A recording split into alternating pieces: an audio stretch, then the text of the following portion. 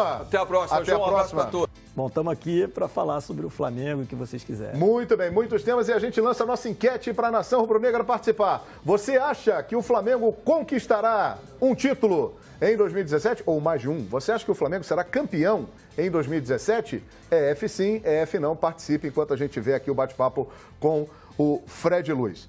Fred, muitos torcedores aqui do Flamengo já mandando mensagem para a gente, querendo saber notícias sobre estádio, Maracanã, novo estádio, além da arena que o Flamengo agora fez a parceria com a Portuguesa. Temos novidades aí nesse tema, Fred? Bom, a novidade da semana foi a ilha, né, que nós assinamos o contrato com a Portuguesa na segunda-feira.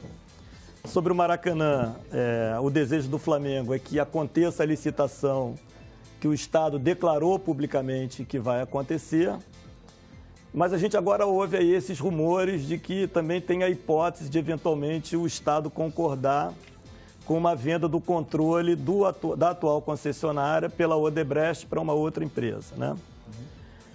Tem uma empresa que é falada aí, Lagardère, com a qual o Flamengo assim, ainda não tem nenhum tipo de entendimento e acordo.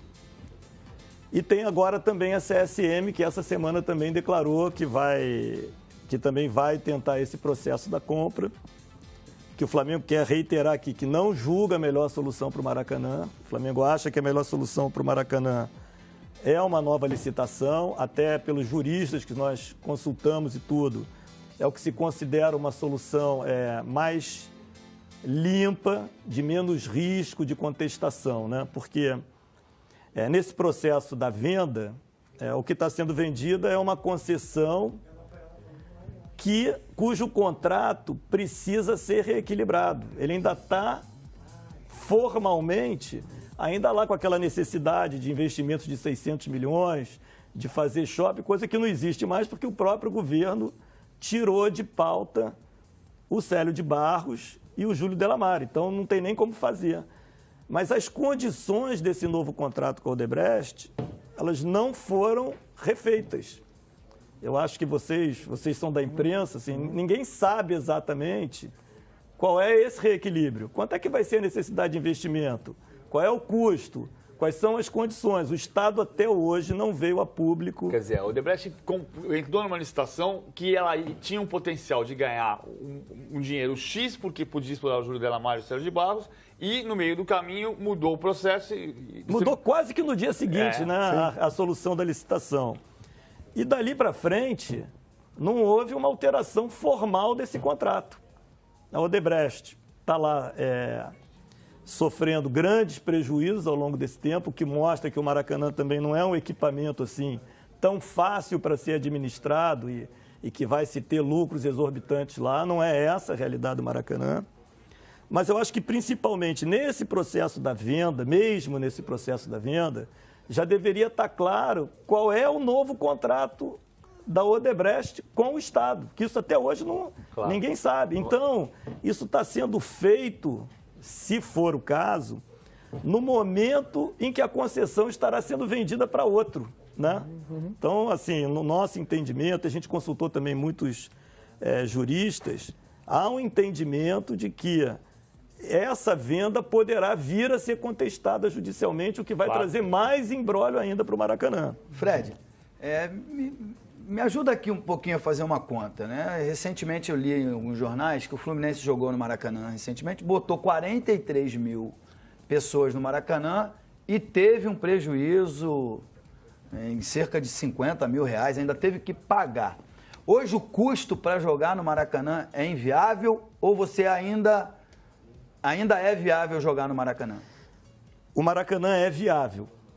O Maracanã é viável, mas o Maracanã não deixa uma margem de lucro muito alta.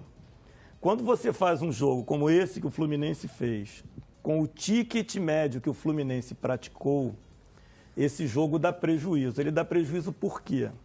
O Maracanã tem custos muito elevados para a realização de um jogo de futebol. Mas só esse novo Maracanã ou o Maracanã por um todo? Porque o Maracanã antigo, olha só, não se falava nisso. Não se falava nisso, mas a história do Maracanã, se você for olhar os números, mesmo o antigo, o Maracanã antigo ele era subsidiado pelo Estado. O Estado perdia dinheiro no Maracanã. Só que quem pagava a conta, um pedaço era o estádio, mas sempre, eu não sei, assim, do meu tempo mesmo, tinha aquela velha discussão, os clubes também sempre reclamando do que sobrava líquido para eles no Maracanã, mesmo naquela época, mas o Estado levava prejuízo. Com essa mudança, o Estado não tendo mais prejuízo, né, esse prejuízo ou esse lucro vai ser da empresa que tiver a responsabilidade de manter o Maracanã. Mas, por exemplo, assim como esse jogo do Fluminense, com 40 e poucos mil pessoas presentes, deu prejuízo, o jogo do Flamengo contra o Coritiba, que teve um público pagante de 30 e poucos mil, deu lucro. Onde é que está a diferença? No ticket. No ticket médio. Claro. Então, o Maracanã, ele hoje, se você fizer um jogo no Maracanã para menos de 20 mil pagantes, ele tende a dar prejuízo. Então, o Maracanã, ele tem que ser bem usado, ele depende muito do Flamengo, porque ele depende de clubes que tenham capacidade de levar muita gente com um ticket médio razoável.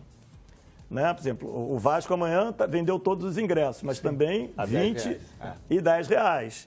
Então a gente fala muito assim de tem que ser popular, mas para ser popular alguém tem que pagar a conta. Quanto tem que ser esse ticket médio para não dar prejuízo? Um ticket médio, como o Flamengo fez, de R$40, entre isso 40, já dá para equilibrar se o estádio encher. Que não é um valor tão exorbitante não assim, não R$40. Mas também não Agora, é popular, né? O Flamengo pode adesivar o Maracanã desde que ele seja o protagonista e desde que haja um acordo. Olha só. Qual é esse projeto para fazer o estádio gerar outras riquezas além do ingresso? Qual é o projeto do Flamengo para extrair o máximo de dinheiro do Maracanã? Então, assim, fundamentalmente, o grosso das receitas do Maracanã vem dos jogos de futebol. Sim. Né? Ele é um estádio de futebol. Né? Mas ele pode ter os shows, que não, também o nego sonha que pode fazer milhares de shows lá.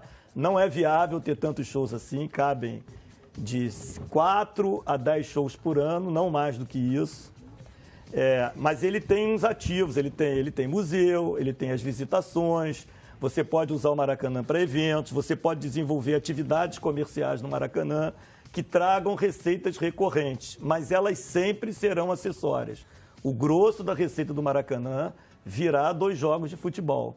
Por isso é que o Maracanã não vai ter lucros exorbitantes. Por quê? O Maracanã, infelizmente, ele do ponto de vista da construção dele, ele é um estádio que não é moderno, ele não é modularizado. Você não consegue fazer um jogo no Maracanã para 20 mil, quando em outros estádios você consegue setorizar melhor. Para fazer isso, ele vai demandar mais investimentos, né? Então, você colocar uma empresa intermediária no Maracanã, essa empresa, já que o Estado não quer gastar, eu acho até que justamente o Estado não tem que estar subsidiando, claro. Mas essa empresa vai querer ter resultado. De onde ela vai tirar esse resultado? Também, ela vai querer ter esse resultado em cima da receita dos clubes. Perfeitamente. E aí é que complica o negócio. O Oswaldo Pascoal, lá em São Paulo, tem uma pergunta. Fica à vontade, Pascoal.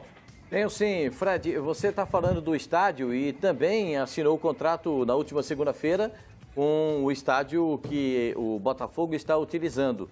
Então, o Flamengo vai se utilizar já do que está construído no campo da Portuguesa ou fará completamente uma inovação? Será tudo novo? Será maior? Qual é a amplitude desse projeto, Fred? Olha só, vai depender desse processo de transição com o Botafogo, porque o Botafogo tem o direito e obrigação, se não tiver um acordo com o Flamengo, de tirar aquela arquibancada toda de lá, né?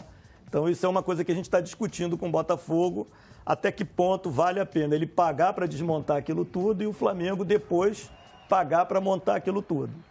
Nós consideramos no nosso primeiro orçamento que a gente teria que montar, mas há a possibilidade do Botafogo deixar aquilo lá e não ter essas despesas que ele teria de mobilização lá. No caso dele deixar, nós vamos fazer algumas alterações sim, porque a gente pretende aumentar a capacidade para um pouco acima de 20 mil lugares, que é o que vai permitir que a gente faça os jogos da Libertadores até as quartas de final lá, né? Essa decisão sobre o estádio da Portuguesa, ela não conflita com o Maracanã. Por quê? Exatamente pelo que eu acabei de falar. Para jogos em que Abaixo de você 20 mil. tenha uma expectativa de público inferior a 20 mil, o estádio da Portuguesa será a alternativa de jogos. E dá tempo, a partir do momento que se tem esse acordo de 3 anos, para o Flamengo cada vez mais investir também na construção do seu estádio? Dá tempo. É essa a ideia? Porque como o Maracanã é uma coisa que está assim, incerta e nebulosa para o Flamengo, né, o Flamengo resolveu construir alternativas para ele, Flamengo. Né? Então, esse estádio da Portuguesa, na verdade, é um contrato de 3 anos, prorrogável por mais 3 anos. Perfeito. Então, o Flamengo poderá ficar até 6 anos lá na Portuguesa. Isso resolve alguns problemas para o Flamengo. Quer dizer, agora, em 2016, o Flamengo viajou o Brasil inteiro. Né? Isso tem um impacto no desempenho esportivo. Eu acho até que, assim, eu tenho que dar os parabéns à equipe do Flamengo, aos jogadores do Flamengo, à comissão técnica do Flamengo, pelo esforço que fizeram e pelo resultado que estão conquistando, apesar de toda essa diversidade que eles tiveram ao longo do campeonato.